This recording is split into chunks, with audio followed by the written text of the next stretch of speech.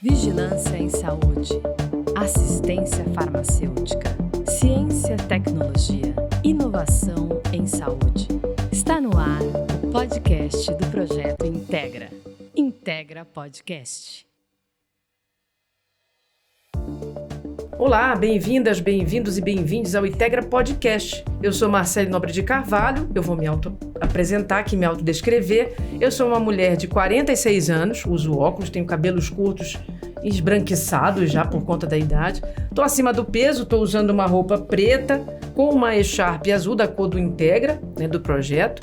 E estou aqui com as pessoas convidadas desse dia, Fernanda Manzini, tudo bem? Priscila Torres e Dalmari Anderson, para falar sobre serviços farmacêuticos baseados em necessidades sociais. Muito bem, o Integra Podcast é uma parceria do Instituto Escola Nacional dos Farmacêuticos, Fiocruz, Conselho Nacional de Saúde e conta com o apoio da OPAS Brasil e da Federação Nacional dos Farmacêuticos. Surgiu da proposta de levar conhecimento e atualizar os nossos ouvintes e quem vai nos assistir também no YouTube sobre esses temas. Temas que são relacionados a políticas públicas, assistência farmacêutica, acesso a medicamentos, mercado farmacêutico, entre outros. Bom, vamos lá à nossa apresentação dos convidados e convidadas. Tudo bem com vocês? Fernanda, você pode se apresentar para nós? Claro, é um prazer estar aqui com vocês. Então, vou me autodescrever, né? Então, eu sou uma mulher branca de 41 anos, estatura mediana. Eu tenho o cabelo curto, mas com um pequeno detalhe que ele tem uma ponta alongada do lado, então, né, um cabelo assimétrico. Eu estou, nesse momento, usando batom vermelho, que é um pouco da minha característica, né? Maquiagem e batom vermelho. Eu uso uma blusa de cor bege, curta, uma calça jeans e um sapato preto. E acho que é... e tenho tatuagens. Tenho algumas tatuagens no braço também. Muito bem. Priscila, você pode se apresentar pra gente? Olá, eu sou uma mulher morena, de estatura mediana, tenho um corpo médio, não sou tão magra, mas não estou acima do peso. Tenho cabelos pretos, olhos pretos e tenho uns cílios de bonequinha.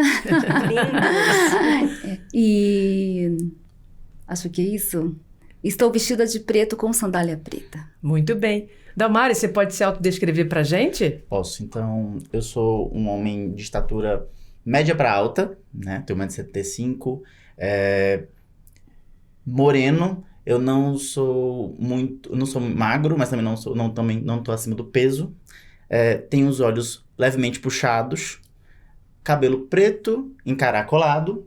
Tô usando uma camisa amarela, uma calça quadriculada e eu uso um relógio e uma pulseira de couro. Muito bem. Depois da autodescrição de vocês, vamos falar um pouquinho do mini currículo, né? De onde vocês vêm, o que vocês fazem, por que vocês estão aqui discutindo serviços farmacêuticos. Posso começar com o Dalmari? Vou fazer o sentido contrário. Então, eu sou farmacêutico formado na Federal de Sergipe, apesar de ser baiano. Morei lá em Aracaju por 11 anos. Lá também fiz residência em saúde mental, fiz mestrado em ciências farmacêuticas e hoje moro em Recife, então eu sou do Nordeste, né? E eu me deixo muito feliz aqui porque aqui tem uma diversidade regional maravilhosa nessa mesa.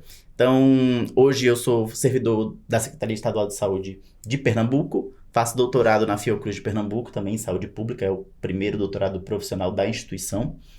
E milito desde muito novo na Executiva Nacional dos Estudantes de Farmácia, depois fui para a Federação Nacional dos Farmacêuticos, Sindicato de Farmacêutico, e também sou diretor de saúde da Associação Nacional de Pós-Graduandos, que é uma entidade que faz a defesa dos pós-graduandos e pós-graduandas do Brasil, e também debate ciência e tecnologia. Acho que tem tudo a ver com Integra, essa mistura que minha vida deu de militância. Muito bem, ufa.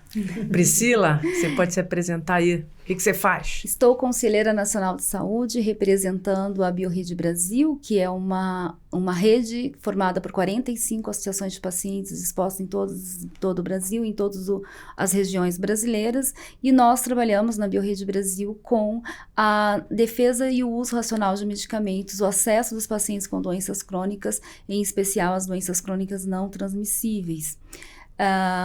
No Conselho Nacional de Saúde, eu faço parte da coordenação adjunta da Comissão de Ciência, Tecnologia e Assistência Farmacêutica, e se representa o Conselho Nacional de Saúde no Comitê Permanente de Atenção à Saúde, no COSAúde, e na CANS, junto com a Fernanda Magano, da Agência Nacional de Saúde Suplementar, e estou titular do Comitê de Protocolos Clínicos e Diretrizes Terapêuticas da Comissão Nacional de Incorporação de Tecnologia. E são tantas as credenciais que eu não posso deixar de comentar que estou cursando mestrado acadêmico em assistência farmacêutica na Universidade de Brasília, pelo programa de assistência farmacêutica PPASFAR, que é uma grande oportunidade de estar desenvolvendo um projeto de pesquisa sobre o cuidado farmacêutico com a perspectiva e olhar do usuário. Nossa, que maravilha! Obrigada por você ter vindo, Priscila. Fernanda? Bom, vamos lá. Eu gosto de me descrever como uma farmacêutica que é apaixonada pelo SUS, né? Então, toda a minha atuação, desde militância do movimento estudantil, foi no SUS. Eu fiz residência em saúde da família, eu fiz mestrado, doutorado, mas sempre pesquisando a atuação do farmacêutico no SUS. Sou servidora da Secretaria Municipal de Saúde de Florianópolis, então toda essa minha formação foi em Santa Catarina, apesar de eu ser paulista, né? Então, Santa Catarina é o meu espaço profissional e sou conhecida por ser catarinense, né? Então, também, além de toda a atuação no SUS, na Secretaria Municipal de Saúde, então, desde no atendimento dos usuários na unidade básica de saúde, como coordenando essa unidade, hoje em dia eu trabalho com educação permanente, com residência, então sou tutora da residência multiprofissional em saúde da família, e na prefeitura eu trabalho na escola de saúde pública. Então, é um mix de atuar no serviço, trabalhar com educação, militar na área da saúde, mas sempre buscando o fortalecimento do SUS e da assistência farmacêutica. Muito bom. Bom, temos gente fazendo pós-graduação, todos fazendo pós-graduação aqui, né? Eu já estou. Tem duas doutoras. concluída. Já Metade da concluiu, mesa já já concluiu. tem doutores e outra metade está em formação. Muito bem. Mas a gente não para de estudar, isso que é mais importante, isso, né? isso. Deixa eu aproveitar que a Fernanda foi a última a falar das suas credenciais e fazer uma pergunta de partida. Vou começar com a Fernanda, mas quem quiser também se sinta à vontade. Bom, o tema de hoje é serviços farmacêuticos baseados em necessidades sociais. Mas para quem está vendo, quem está ouvindo a gente, o que são serviços farmacêuticos? Você pode falar para a gente? Claro, eu acho que para a gente começar a entender um pouquinho, eu vou trazer a concepção do que são serviços. Perfeito. Né? Serviços de saúde. Então, a definição traz que é um conjunto de atividades organizadas em um processo de trabalho e, como é na saúde, visa contribuir para a prevenção de doença, promoção, a proteção e a recuperação da saúde e a melhoria da qualidade de vida das pessoas. A gente transporta isso, então, para o serviço farmacêutico. Então, é o serviço que vai buscar a proteção, a promoção, né? Buscar a qualidade de vida do usuário, tendo o medicamento como insumo fundamental. Mas eu acho que o nosso diferencial um pouco hoje na discussão de serviços farmacêuticos como necessidades sociais é para ir para além do insumo.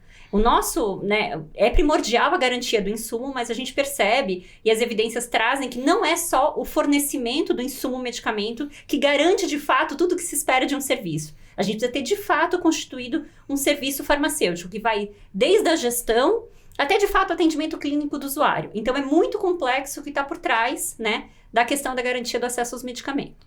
Quer dizer, ao receber uma caixa de medicamento, tem uma série de eventos acontecendo ali. Deve ter, para garantia do seu sucesso, deve ter todo um rol que vai desde seleção, compra, armazenamento, para a gente garantir a qualidade daquele insumo, mas a gente sabe que só o fornecimento também, ele não garante de fato o que a gente busca, que é a melhoria da qualidade de vida das pessoas. Então, ele precisa ter, para depois disso também, um rol de serviços farmacêuticos agregados. Perfeito. Não basta entregar o medicamento, tem que ter para antes e Isso, depois tem uma série de etapas a serem exatamente. executadas. É isso, Priscila? O que você entende sobre serviço farmacêutico, uma vez que você está estudando na perspectiva do usuário, né, do sistema de saúde? O serviço farmacêutico, ele envolve todo o processo, não somente o processo de dispensar a medicação ao paciente, mas o processo da aquisição, do planejamento, que eu acho que isso é uma coisa muito importante.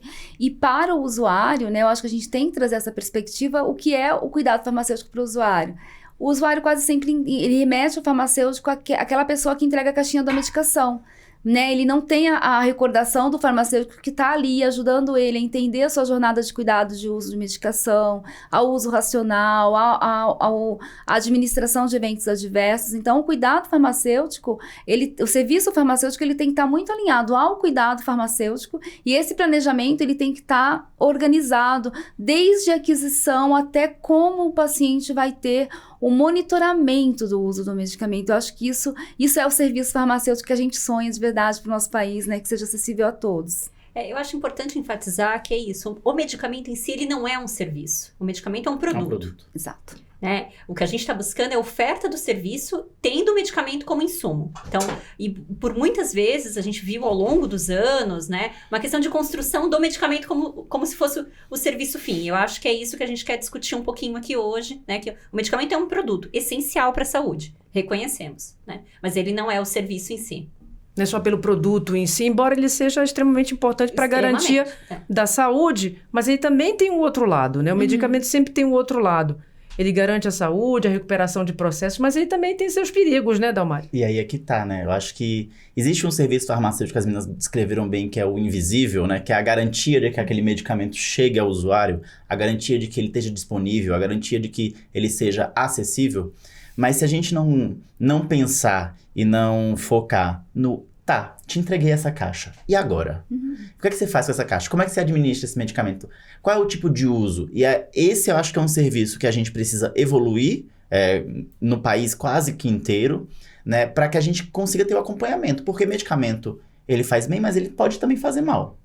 Muitas pessoas passam por experiências negativas relacionadas ao uso do seu medicamento e muitas vezes não tem com quem conversar sobre isso. Para que a pessoa tenha um alerta, olha, aqui, eu tô sentindo alguma coisa que eu não senti ou que eu não deveria estar sentindo. Será que esse é o último tratamento que eu posso sentir, que eu posso utilizar? Qual que pode ser o meu próximo passo? E é muito bom que a gente possa disponibilizar esse serviço, um escuta a esse usuário de uma forma direta para um profissional que conhece, né, quais são essas possibilidades e que a gente possa dialogar com a equipe de saúde, né? O serviço farmacêutico, ele prescinde da necessidade de um farmacêutico que possa escutar, mas ele não se acaba com o farmacêutico, ele tem que ser uma ponte para uma equipe de saúde mais ampla. O serviço de saúde ele é fundamental, está no contexto de uma equipe e ele está no contexto da relação com o usuário, mas não só ele diretamente, mas você tem todos os familiares, os cuidadores, é muito importante, porque dependendo da doença, dependendo da condição, inclusive, que você está atuando, você não vai estar diretamente vinculado àquele usuário, mas você tem um contexto de vida. Tem a casa, tem as relações, tem o trabalho, tem todos os modos de vida dos diferentes grupos populacionais. Isso é fundamental que o farmacêutico, ao estar inserido numa equipe e prestando cuidados, também compreenda, né? O que vocês pensam sobre isso? Porque serviço farmacêutico, portanto, é complexo, né? Serviço farmacêutico, como vocês mencionaram, é para além da entrega do produto, está para além do produto e tem uma responsabilidade enorme, tanto em etapas anteriores, mas posteriores, e tem a ver com a forma como as pessoas se relacionam com o medicamento e se relacionam nas suas formas de vida. E aí, como trabalhar esse farmacêutico para ele estar preparado para a oferta de serviços de farmacêuticos nessa perspectiva? Eu acho que é esse sujeito estar em contato com esse usuário nessa comunidade. Então, a gente não pode estar isolados em farmácias, serviços isolados, longe das equipes, longe dos usuários. E essa é uma tendência muito na farmácia, às vezes por falta de estrutura nos espaços de saúde, e digo das unidades básicas de saúde, que às vezes não são organizadas para ter uma boa farmácia, não tem espaço, a gente acaba construindo espaços centralizados, distante dos usuários, mas não só distante, os usuários até conseguem ir lá pegar, mas a gente não tem essa compreensão de como é o território. Vou trazer um exemplo simples para ti que eu vivenciei, de um usuário que ele não estava conseguindo controlar a pressão, deficiente visual, praticamente, né, já em grande nível de perdendo a visão. Só que ele era músico na entidade que ele participava, e todo dia de manhã eles iniciavam os trabalhos na entidade, uma entidade para deficientes visuais, e ele iniciava com música. E ele tomava hidroclorotiazida e, naquele período, ele tinha vontade de ir ao banheiro, então é um diurético, né? Sim. Então ele deixava de usar às vezes que ele ia apresentar. E por conhecer aquela entidade, por conhecer a atuação dele, eu consegui facilmente identificar que era isso que estava prejudicando e a gente fez pequenos ajustes. Mas eu só fiz isso porque eu estava lá. Eu só estava lá, eu conhecia aquela realidade, né? Então, assim, são questões de estar no espaço, né? Conviver com o usuário, conseguir conversar com o usuário, construir um serviço na lógica de fato, de necessidades sociais. Eu acho que o diferencial para a gente conseguir essa complexidade é estar no território, é falar com o usuário, é falar com a equipe, né? É olhar para fora da farmácia, né? Acho que talvez, Marcele, o SUS é uma grande escola, né? Quem não encara o Sistema Único de Saúde e as UBSs como uma grande escola, perde uma grande oportunidade. Então, obviamente, a gente vai ter formações padronizadas, talvez, mas vivenciar o SUS nas suas altas possibilidades, seja o que a Fernanda falou, né? Conseguir acompanhar o usuário, conseguir verificar qual é o estilo de vida dele, o que é que ele faz nessa vida, né? O que é que eu posso ajudar? Mas eu só vou conseguir ajudar se eu conhecer.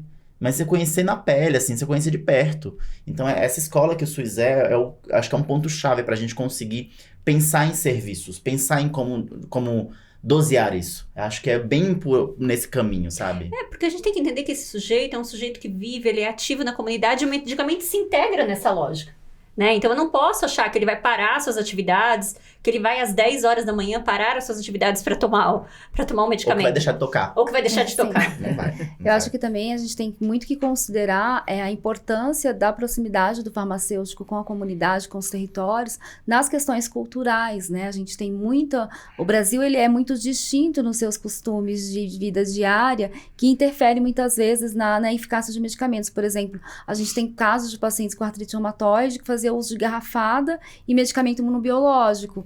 E aí ela usava a garrafada como um consolo emocional. O dia todo ela tomava garrafada como se fosse água, no lugar inclusive da água, e ela nunca respondia bem ao medicamento imunobiológico, que é uma tecnologia extremamente dispendiosa ao sistema público de saúde, de alto impacto de imunossupressão, e ela nunca respondia, até que alguém, né, um farmacêutico, perguntou para ela como que ela lidava no dia a dia com os seus hábitos. Então, ela contou da garrafada e a frequência, o que tinha dentro da garrafada. Então, as ervas da garrafada, elas tinham uma farmacocinética ali que agiam e não permitiam que o medicamento de altíssimo custo fizesse efeito. E o que a gente faz? Tira a garrafada do paciente? Essa é uma boa pergunta. É difícil. A estratégia farmacêutica... A estratégia tem que ser bem pensada. Humanizada. Como a gente negocia, Uma né? intervenção dessa requer uma questão muito importante, que é vínculo. Exato. E vínculo a gente só consegue quando eu tô presente, quando eu tô ali na dispensação, né? Então, quando eu tô acompanhando esse usuário. E estar na lógica, eu falo muito da lógica da APS, né? Da atenção primária, que é onde eu acompanhei, é você de fato se responsabilizar pelo paciente, né? Se responsabilizar por aquele sujeito, por aquele território, então viver aquele território. A questão da construção de vínculo, muitas vezes, por exemplo, para construir um projeto terapêutico singular, o que é um projeto terapêutico singular? É um tratamento que a gente faz específico para aquele sujeito, que ele indica, né, por onde ele quer ir, qual que quer ser o tratamento, é claro, respeitando as evidências, mas se eu tenho um farmacêutico inserido, o farmacêutico pode ser o profissional de referência. Muitas vezes a gente pensa que é o médico que vai ser o profissional de referência ou o enfermeiro, mas a gente conhece casos que o farmacêutico, por estar inserido ali, vivenciando e tendo vínculo, ele pode inclusive ser a referência, mas para isso eu preciso ter vínculo, me responsabilizar, estar no território, estar inserido da equipe.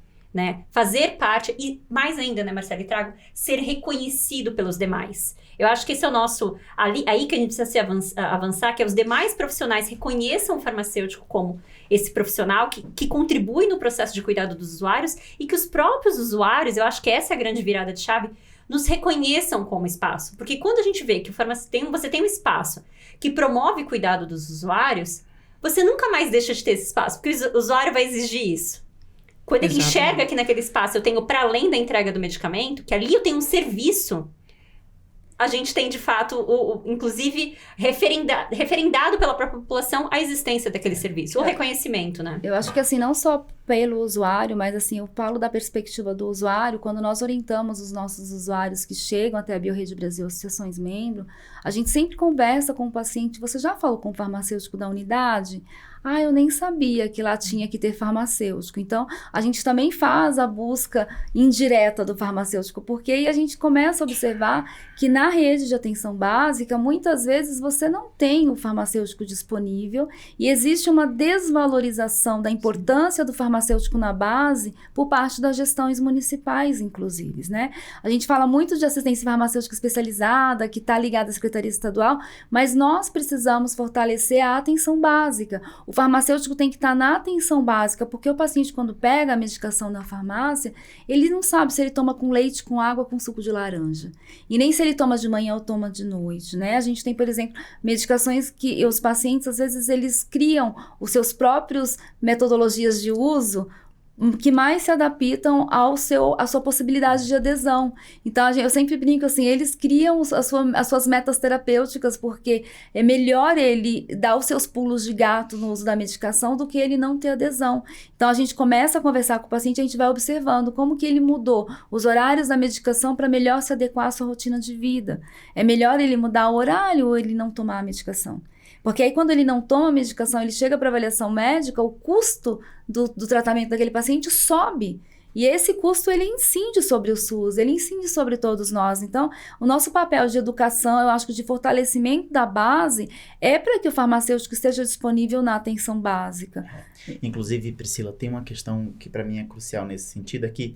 Olha, o médico, o acesso ao enfermeiro pode demorar de 3 meses, 6 meses, mas para pegar medicamento, geralmente na atenção básica, é mensal. Exato. É o local que ele vai passar lá todo mês, ele vai geralmente, né, ele recebe para 30 dias, ele um pouquinho antes até ele já vai aparecer lá para pegar sua insulina, para pegar seu medicamento de pressão. Em geral é isso. Então, o local onde talvez o maior contato paciente, que seja aquele crônico, que tem uma doença crônica, que vai demandar mais desse serviço, é a farmácia. E se não tiver ninguém que olhe para ele nesse momento... E você está tocando uma questão extremamente importante. Os serviços farmacêuticos, eles não, como já foi mencionado no início dessa nossa conversa aqui, não é a entrega efetivamente do produto. Então, não está centralizado no produto. Mas quando o produto falta, quando ele não está presente na farmácia, a gente está falando aqui desse ponto que o usuário vai minimamente todo mês.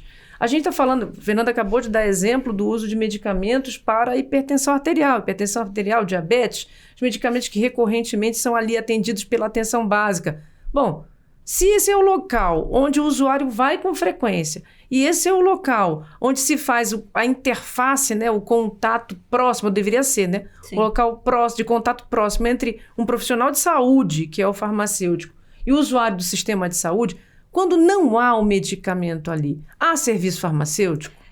Não tenha dúvida. Aí é que precisa ter. Aí é que precisa ter, porque a negativa do não tem, acabou, isso não é se responsabilizar. E eu falei na minha última fala que a gente precisa se responsabilizar pelo paciente, né? Então, primeiro, a gente precisa ver se essa falta não é gerada por falta de um serviço farmacêutico com problema. Porque, por vezes, a gente vê que o município comprou, né? Mas pela questão da desestrutura da organização da rede, não tem lá na UBS. Né? Então, eu preciso promover acesso. E se não comprou, que a gente precisa... Tem na minha unidade ali, mas não tem na minha. Não tem na minha. Já soube que tem na outra, mas não tem na minha. Isso é um absurdo. Né? E isso, às vezes, é problema de logística. Então, assim, empresas terceirizadas que não fazem entregas regulares. Então, tem toda uma coisa por trás da falta, né? Mas a falta em si me requer muita atenção. Porque se é uma falta crônica, por exemplo, que a gente está vivendo agora dos antibióticos. Temos, por problemas de produção, outro tema do podcast do Integra também, outro episódio... A gente não tem produção de determinados medicamentos, né? A gente não produz nada nem 0% de IFA, né? Dos insumos farmacêuticos de antibióticos. E temos falta, né? Eu preciso, nesse momento, reconhecer se o usuário, ele tá aqui, ele tem uma infecção, veio de um serviço que não estava sabendo da falta e acabou gerando a prescrição. Eu preciso conversar, oferecer alternativas, conversar com o prescritor. A gente vai dar um jeito dele ter acesso. Por exemplo, nos medicamentos de uso contínuo, a gente pode pensar no programa Farmácia Popular, né? Então, a gente tem outras alternativas, mas o que eu não posso deixar, em especial quando eu estou tratando de usuários carentes, que não têm outras formas de acesso, porque muitas vezes o não receber no SUS é o não acesso. É o não tratamento. E o não acesso sem o registro, né? Sim. É fundamental, porque muitas vezes a gente tem dificuldade de registrar e a gente geralmente registra aquilo que a gente recebe no serviço de saúde. Geralmente as faltas, os desabastecimentos não são registrados e isso afeta o reconhecimento de necessidades. Esse, por exemplo, é um trabalho que a Biorrede Brasil vem fazendo desde que começou a pandemia. Quando iniciou a pandemia, nós tivemos, assim, a gente sempre fez um monitoramento da disponibilidade do componente da assistência farmacêutica. A gente termina sempre estando mais, assim, é mais fácil de mensurar quando ele é especializado, porque nós temos 5.570 municípios. Então, o paciente, ele traz o relato para nós através de um formulário eletrônico e nós ofertamos ao paciente um serviço de orientação que é coordenado por equipe multiprofissional, então não são atendentes de telemarketing que respondem o nosso WhatsApp. Existem profissionais de saúde coordenando essa conversa e nós vamos dialogar com o usuário. Ele reporta que está indisponível e a gente vai entender o que aconteceu, o que falaram na farmácia, o que falaram na unidade. E aí a gente vai checar com a gestão municipal, estadual e federal qual é a circunstância desse componente, né?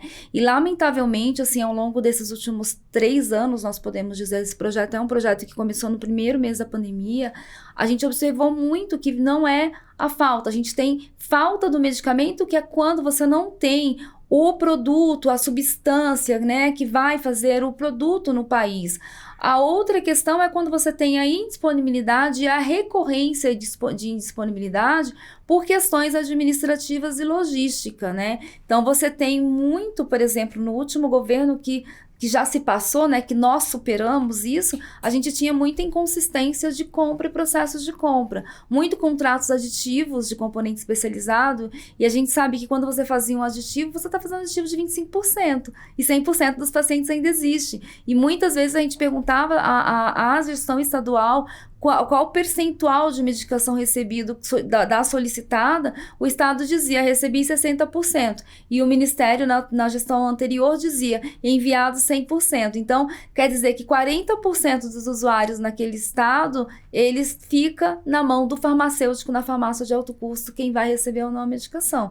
E isso é uma questão muito dura para o profissional, porque é o profissional que vê parte dos nossos usuários, a ida e vindas à assistência à farmácia gera para ele um custo, e muitos deles dizem, eu estou sem remédio porque eu não tenho dinheiro para pagar a passagem para voltar na farmácia. Então, isso é muito duro, né? Eu decido se eu compro pão ou se eu vou de novo na farmácia ver se o remédio chegou. Então, acho que atuar sobre a questão do planejamento do componente, há muitas vezes a possibilidade do paciente estar dentro de um cuidado farmacêutico, o farmacêutico apoiar o médico na decisão de troca, quando for necessário trocar, porque muitas vezes é melhor trocar o paciente de medicamento do que deixar aquele usuário seguramente sem assistência. Então, a gente tem, assim, o monitoramento do desabastecimento, ele tem que ter esse olhar, o olhar social de onde que está vindo e o impacto social que isso tem para o usuário. Eu acho que é por isso, inclusive, essa sua fala, para mim, descreve muito o que a gente tá falando aqui, que é o seguinte: veja, centralizar medicamentos em locais nesse ponto que eu vou conseguir, é um problema de acesso. Por isso que é tão importante que o farmacêutico ele esteja na ponta, na APS, na porta aberta mais próxima ao paciente. O farmacêutico e esse medicamento. Então, acho que é um debate importante de que quanto mais a gente consegue avançar com o profissional que fica responsável por isso, mais a gente consegue avançar, por exemplo, na disponibilização em loco dos medicamentos componente especializado. Com certeza. Né? A gente hoje tem uma restrição em diversos estados do Brasil que o componente especializado pega em um local específico, numa região de saúde, uma região que pode ser gigantesca. Sim. E isso dificulta o acesso de sobremaneira, que se a gente tivesse um avanço de profissionais na atenção básica, a gente podia conseguir centralizar. Acho que Fernanda até tem um exemplo disso na vida, né, Nanda? Assim, isso é resolutividade, né? E o que eu sempre defendi no espaço que trabalhei ali em Florianópolis é uma unidade básica de saúde, então que geralmente dispensa os medicamentos psicotrópicos e de saúde mental e atenção primária, mas os farmacêuticos que ali atuavam sempre entendiam que se a atenção primária é resolutiva, a farmácia nesse espaço tem que ser resolutiva também. Uhum. Então eu tenho que fornecer ali o máximo de... Eu entendi assim, se é prescrito por um médico da atenção primária, por um enfermeiro da atenção primária, não pode ser gerenciado ali, claro. Tem que ter na farmácia ali, não faz sentido esse usuário sair para outro espaço. E foi pensando nisso que a gente rompeu um pouco a lógica do município e fez toda uma negociação, Estado, município, pensa em farmacêuticos de uma UBS, para trazer os antirretrovirais para a farmácia. Que até então os antirretrovirais são centralizados e esse centro de saúde é o único que trouxe o antirretroviral para a farmácia. Isso dá um baita diferencial para o usuário, porque ele é diagnosticado na unidade, hoje em dia, atenção primária, né? Você não precisa mais ir para o especialista para fazer seu tratamento de HIV/AIDS, né? Então, você é diagnosticado, tratado na atenção primária e recebe seu medicamento ali. E o farmacêutico consegue acompanhar, inclusive, fazer um trabalho de vigilância. Exato. Que eu acho que esse é um grande diferencial da nossa atuação. Dalmari trouxe. O usuário vai lá a cada 2 meses, a cada 1 mês. Se ele não vai, já me diz, isso é um problema. Exatamente. Que as equipes de saúde não têm esse contato, a farmácia tem. Então, uma farmácia que trabalha com vigilância em saúde, eu sei que o usuário não foi buscar a terapia antirretroviral. E se ele não foi buscar, é um tratamento que tem que ter adesão quase de 100%, eu tenho que fazer buscativa. Exatamente. E a farmácia vira, então, esse jogo de não sou o espaço que... Sou só o fornecedor, não né? sou fornecedor, eu sou um espaço que promove cuidado. Então, hoje em dia, esse centro de saúde, eu não estou lá mais atuando, mas ele já está organizado de fazer buscativa, tanto a farmácia fazer a busca ativa direto, quanto acionar a equipe, porque daí vai verificar. Bom, com esse usuário que não veio, quem é que tem o vínculo? Ah, é o acesso, então é o acesso que vai fazer a busca. É o farmacêutico que vai fazer a busca. Você entende que o serviço vira um protagonista do processo de cuidado. Quando eu olho, por exemplo, situações simples, assim, questão de tratamento de sífilis. A sífilis terciária são 3 doses, né? A gente sabe o quanto que é difícil tomar uma penicilina, o quanto que é doloroso. E muitas vezes o usuário vai só uma vez. Ele só toma a primeira. E a equipe de saúde fez o diagnóstico, fez a prescrição. Tá ok. Tá tratado esse caso de sífilis? Não, não tá. Quando a gente começou a acompanhar o tratamento das doses, e daí anotar. Pro seu João é a dose 1 no dia tal, dia 2 no dia tal, 2 no dia tal, separadinho na gaveta. No dia o seu João não foi tomar, eu já sei, ele não veio, eu aciono. Com isso a gente conseguiu melhorar muito a adesão. Né? Mas é isso, é acompanhar caso a caso. Pra Como isso a gente faz em outros programas, né, Fê? Por exemplo, puericultura, pré-natal, né, que outras categorias profissionais acabam dominando. Exatamente. A gente tem que fazer também naquilo que compete ao serviço farmacêutico prestado na unidade. Você fala uma coisa fundamental. Volta de novo a questão do trabalho em equipe, desse farmacêutico estar integrado a uma equipe de saúde e não necessariamente é um trabalho que ele vai fazer exclusivamente, mas que ele vai fazer com aquela equipe que está vinculada àquele território. E quando você pensa também em descentralização, né, a Fernanda trouxe muito para a gente a questão das doenças infecto-contagiosas, a gente tem que olhar para as doenças crônicas não transmissíveis, porque são doenças que incidem sobre um impacto orçamentário da assistência farmacêutica muito grande e não existe busca ativa. Então, um doente crônico hoje que pega um medicamento do componente especializado na farmácia especializada, conhecida popularmente por farmácia de alto custo entre os usuários, ele não recebe um contato. Ele não pegou. E muitos dos pacientes, por exemplo, às vezes chegam a ter situações que são impeditórias de utilizar aquele tipo de medicamento, mas eles também continuam pegando o medicamento porque eles acham que se não for buscar um mês, eles vão ser retirados da lista. E aí, às vezes, ele continua pegando uma medicação que ele não está usando e nós, enquanto controle social, terminamos tendo aí muitos e muitos monitoramentos de pacientes que têm estoques de medicação em casa que não deveriam. Então, a gente tem que pensar no cuidado farmacêutico baseado nas necessidades sociais para também utilizar esses medicamentos de uma forma mais racional. E de você conseguir ter esse processo de educação do usuário para que ele consiga também melhorar o seu relacionamento com a farmácia, com o farmacêutico, com o profissional, a equipe multi. Eu fico pensando nisso porque a gente fala muito da atenção primária à saúde, das unidades básicas, mas eu trabalhei em CAPS, né, como farmacêutico de saúde mental durante um período. Hoje eu estou em hospital, mas eu trabalhei em CAPS. E no CAPS, essa realidade, porque o CAPS, ele é uma base, né? O CAPS que é o CAPS, Centro de Atenção Psicossocial, e eu até reafirmar. Onde a gente cuida de pessoas com transtorno mental, em alguns locais a gente cuida de pessoas que fazem uso de álcool e drogas de uma maneira problemática e tudo mais. Então, a essência do CAPS é a equipe multiprofissional. Né? Então você não tem como entrar como farmacêutico no CAPS e vou ali ficar na minha farmácia dispensando os controlados. Não tem como, não existe essa possibilidade para o farmacêutico do CAPS. E aí, lá o farmacêutico ele vai fazer como serviço, além de fazer acompanhamento terapêutico, fazer projeto terapêutico singular para o paciente se responsabilizar, ele também vai oferecer, por exemplo, oficinas terapêuticas. Eu tinha uma oficina terapêutica pensando nisso, que era assim, qual é a minha droga?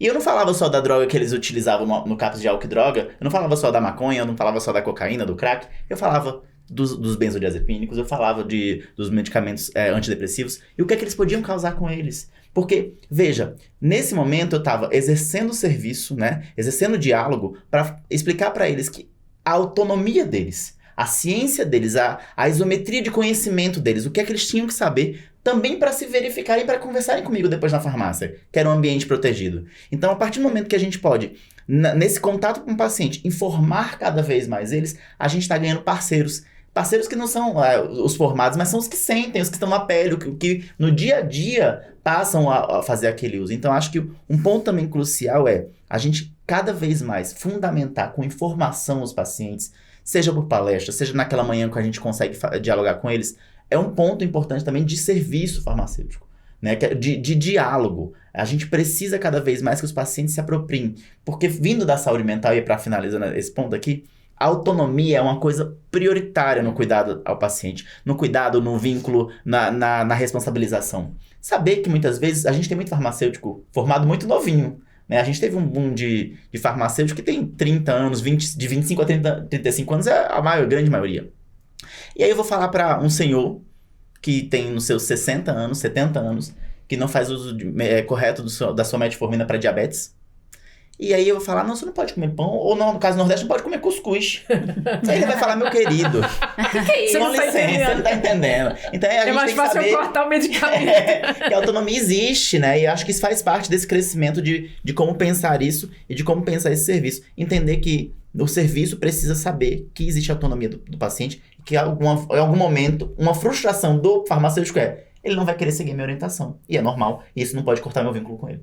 É uma frustração que qualquer profissional de saúde, inclusive, vai ter que passar, né? Mas a gente não pode desistir. Eu penso que quando você traz um paciente para uma rede de cuidado, onde ele tenha acesso à educação para o autocuidado, você está criando pacientes navegadores do sistema. Você precisa educar um paciente, porque esse paciente, ele vai multiplicar aquela informação. Isso. E porque ele vai sempre, por exemplo, um paciente com diabetes. A gente tem um paciente clássico, ele estava em um programa de APS, foi atendido pela enfermeira que disse que ele tinha que ter uma alimentação saudável. E ninguém explicou para ele que era uma alimentação saudável. E aí ele tomava todas as suas medicações e nunca controlava a glicemia. Aí uma conversa da sala de paciente online, que é um serviço de apoio que a gente tem, o paciente comentou, né, que ele gostava de tomar suco de laranja 6 vezes por dia. E aí eu só perguntei quantas laranjas tinha no suco. E aí ele disse que para ficar forte, né, a mãe dele tinha ensinado que um suco com 6 laranjas era suficiente para deixar ele com a imunidade boa, saudável. Então, um suco de 6 laranjas... 6 vezes ao dia? 6 vezes ao 36 dia. Laranjas. 36 laranjas por dia que ele consumia. Então, Bastante vitamina C, mas bastante açúcar também. Exato. Nossa. Então, assim, quando você educa um paciente que tem essa informação, ele sempre vai repetir isso a outro. Então, a rede de cuidado farmacêutico, ela tem que pensar, sim, em empoderar e educar o paciente para o autocuidado e ele ser multiplicador dentro da comunidade, que isso tem um impacto social muito grande. Agora, vocês falam aqui desses elementos super importantes da educação, educar o paciente, educar para o autocuidado.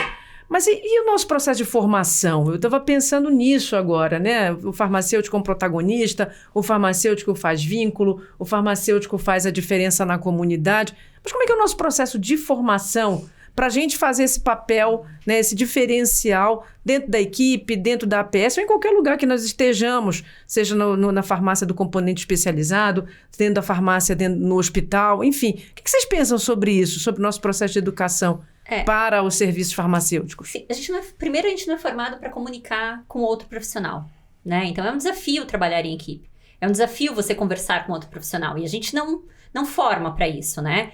Então, acho que há questões de base na formação de problemas, assim. Então, a gente deveria ter mais extensão, levar esse aluno lá para a comunidade, vivenciar, fazer uma visita domiciliar. Olha que coisa mais rica, você ter a oportunidade, né, de ver em loco onde as pessoas usam seu medicamento, onde armazena, como é que é difícil chegar naquela casa. Daí eu fico marcando para a pessoa chegar cedo na unidade de saúde, ela nem consegue sair direito se choveu. Então, assim, vivenciar isso. Acho que a extensão é um grande diferencial. Projetos como o PET, né? Isso tem que ser incentivado agora, né? Pelo governo, pelo Ministério da Saúde, incentivar isso, as universidades trazerem isso. Mas também penso que a gente precisa de uma formação no pós, né? Porque a formação, não dá para falar que eu vou formar só um sujeito para o SUS. Eu preciso formar um sujeito que vá para as análises clínicas, que faça a produção de medicamentos. O rol do farmacêutico é muito complexo, né? Eu tenho a vivência da residência em saúde da família. A Mari tem na residência de saúde mental. A residência é uma formação de padrão ouro, assim. Então, a gente tem 2 anos aquele profissional sendo formado, né, com bolsa, com condições adequadas. Imerso. Isso, imerso, vivendo aquela realidade. Mas, para isso, também, a gente tá do pós, né? Hoje em dia, a gente tem muitos residentes que foram formados, o Estado investe, mas a gente não consegue voltar para que ele trabalhe no sistema, né? Então, assim, não tenho dúvida que a residência é uma excelência em formação, então a gente precisa de mais vagas de residência, né? Porque você, querendo ou não, ali é um trabalho especializado. Tudo isso a gente é difícil trazer na graduação, mas não tenha dúvida que a graduação precisa melhorar também. E também, dentro dos espaços, a gente está em centros de ciência de saúde, muitas vezes, você não tem uma disciplina que você tem na mesma, integrada, que você tem na mesma disciplina ali, um estudante de medicina, um estudante de enfermagem, um estudante de odonto. Aí a gente quer formá-los 5, 6 anos separados, preparados, pensando dentro das suas caixas, depois ele vai para a unidade, tem que comunicar com excelência, trabalhar em equipe, construir conjuntamente. Ser resolutivo. Compreender o território. É isso. Gente, isso tudo é habilidades que a gente tem que desenvolver. Comunicação é uma habilidade. Eu preciso desenvolver para que ele tenha atitude depois de se comunicar. Isso a gente aprende, isso não é nato, né? Isso não... Alguns têm essa habilidade, mas a gente precisa aprender isso, né? Com certeza. Eu acho, assim, que a gente evoluiu muito, sabe, Marcele? A gente evoluiu muito se a gente pensar onde estava a farmácia ali em 2007, quando eu entrei na universidade, onde a gente está hoje. Inclusive, eu creio que temos exemplos de formação mais integrada em alguns centros educacionais. Eu posso citar aqui, tem uma matéria integrada, creio que na USP de São Paulo, eu sei que na Federal que tem em Santos também é um curso de farmácia com base populacional, com base no SUS. Londrina, lá em Sergipe, na Federal de Sergipe de Lagarto, que tem um campus totalmente integrado em PBL. A gente tem exemplos disso. Mas eu não tenho dúvida de que, por exemplo, uma mudança de minha vida foi a residência pela imersão que você faz no Sistema Único de Saúde, né? Eu acho que quanto mais a gente investe nisso, mais a gente consegue, de fato, ter modificações de perfil profissional, sabe? Mas eu acho que o problema que a Ananda coloca é muito importante, que é o seguinte: a incorporação disso. E eu acho que é por isso que, por exemplo, o novo programa Mais Médico, que pensa em 2 anos iniciais de formação de residência para pessoas que estão e depois continuarão, é tão interessante. A gente pensar nessa carreira que se inicia com a residência, que é um momento de treinamento intensivo, e depois a pessoa dê continuidade ao seu serviço no sistema. A gente tem muito a melhorar. Acho que o SUS, esses 34 anos, 35 anos, ele deu uma revolução no nosso país, mas assim, acho que nos últimos anos a gente tem passado por profundas mudanças importantes no SUS, assim. A gente teve essa experiência do Mais Médicos, a gente ia ter naquele momento ali mais especialidades, que acho que agora volta, né? A gente tem um governo de retomada, então acho que agora volta para pensar na inserção dos profissionais nesse sistema, a partir de um momento forte de formação. Porque é isso, a formação básica de todos, enfermeiro, médico, farmacêutico, é uma formação ampla, porque ela tem que ser ampla, são várias áreas, mas quando a gente quer formar essa pessoa para o SUS, a gente tem que ter um passo inicial. Acho que eu defendo muito que o passo inicial seja a residência, porque a residência é um momento que você consegue submergir, né, nesse sistema e mergulhar e botar o pezinho na lama, que eu acho tão importante. Independente do lugar do percurso formativo que ele vai fazer depois, né? E as escolhas que essa pessoa faça. Eu acho que também a gente não pode desvincular isso da disponibilidade de vagas para o farmacêutico dentro da infraestrutura da APS, por exemplo. Porque não adianta a gente incentivar a melhor formação, a residência, e a gente não ter condições de absorver e empregar esse farmacêutico. Esse egresso vai para a privada, para a iniciativa privada, muitas vezes. E essa iniciativa privada muitas vezes não vai chegar à maioria dos nossos usuários. A gente vai colocar aí pelo menos 80% da nossa população hoje no Brasil não tem plano de saúde. Então, assim, é uma coisa que é preciso considerar, é criar uma infraestrutura pública que possa ter contratação de farmacêutico para que os pacientes, os usuários do Brasil possam ter um farmacêutico para chamar de seu. Ou no restaurante, só para finalizar, não vai ter uma lógica de saúde da família e comunidade. Sim, né? claro. Ele até pode cuidar do paciente, mas ele vai cuidar sozinho, isolado. E não é isso que a gente preza, né? Exatamente. É nesse sentido. Bom, a gente está caminhando para os minutos finais desse podcast. Eu acho que a gente teria mais 5 horas de podcast para fazer, sem sombra de dúvida. Acho que tem uma coisa fundamental, talvez, para a gente fazer um arremate desse 1 minutinho, fazer uma rodada. Mas eu estou compreendendo nas falas de vocês, isso foi um debate já anteriormente travado, que o serviço farmacêutico, o profissional farmacêutico, ou tudo aquilo que está no bojo da assistência farmacêutica não é suporte. Não é apoio, né? Acho que a perspectiva é superar. Se ainda há algum entendimento de que nós somos suporte, apoio para o sistema de saúde, é a superação disso e de efetivamente inserir esse profissional numa esfera de um trabalho em equipe, na oferta de serviços, e serviços que efetivamente atendam aquilo que lá na ponta, mais longínqua, se reverta no atendimento à necessidade daquele indivíduo ou daquela comunidade. Eu acho que tô certa, esse é que é o caminho? É isso. Estamos nesse caminho? É isso, assim. E as evidências, hoje em dia a gente tem evidências, estudos, né, de evidências, então mostram que, de fato, quando a gente tem as condições adequadas e o farmacêutico participa desse processo de cuidado, veja, ele é integrante do processo de cuidado, a gente consegue promover melhoria na qualidade de vida desse usuário, que é o nosso grande objetivo. Mas para isso a gente precisa ter condições. Então não basta ter um farmacêutico formado, lá numa unidade de saúde que está caindo aos pedaços, que ele não tem um espaço decente para conversar com esse usuário. Então também a gente precisa problematizar, e daí isso eu só vou jogar aqui, vou jogar e sair correndo.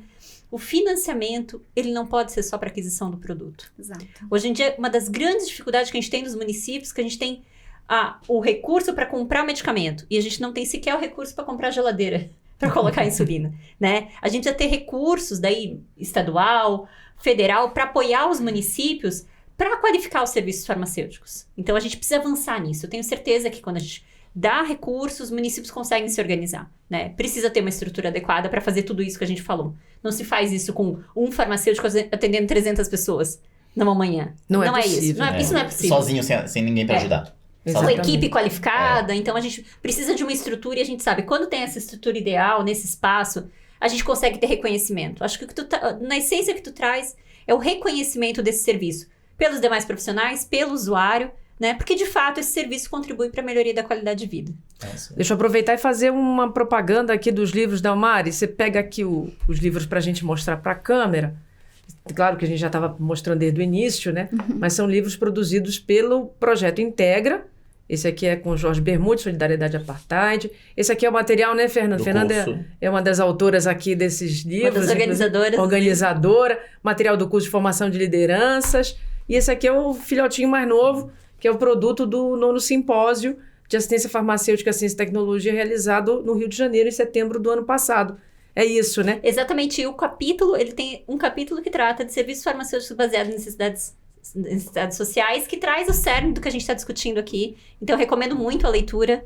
Acho que ele traz, com fundamentação teórica, o suporte, né, para a gente construir, de fato, um serviço que vai mudar a vida das pessoas. Eles estão disponíveis em PDF, dá para fazer o download, né, na página do Integra, então é só dar uma entrada aí no grande oráculo da internet.